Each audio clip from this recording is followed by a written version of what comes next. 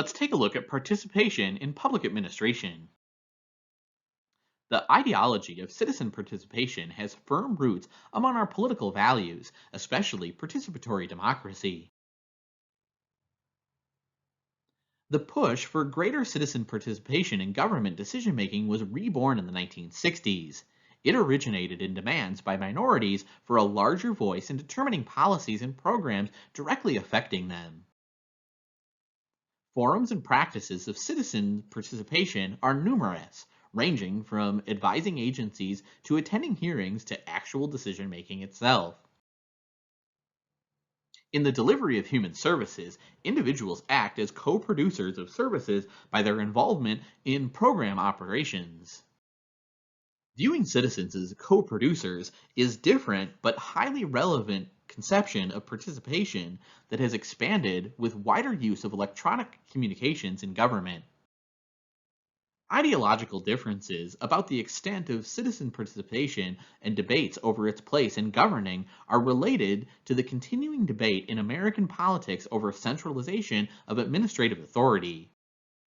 Particularly as practiced in the federal system, citizen participation represents an application of a decentralist principle, which assumes value and purpose in delegating decision-making authority to affected persons and groups.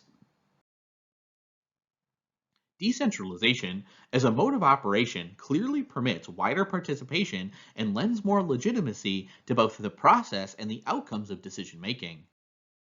Citizen participation, fostered by many organizational programs, has been a key mechanism used to promote decentralization of operating responsibility.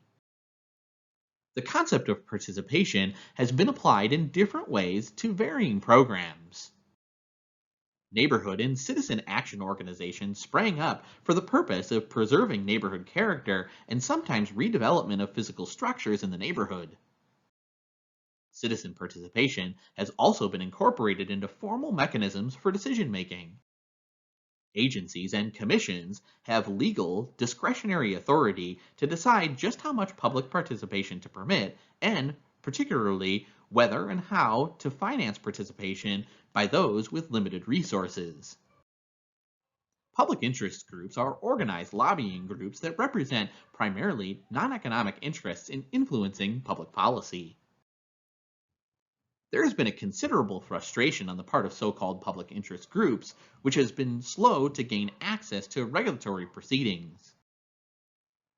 There's the possibility that officially sponsored citizen participation will tend to be tokenism rather than true representation.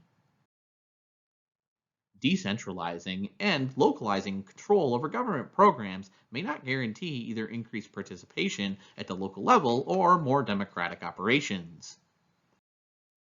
If citizen participation is designed to keep bureaucracy accountable to the general public, it has a mixed record of success.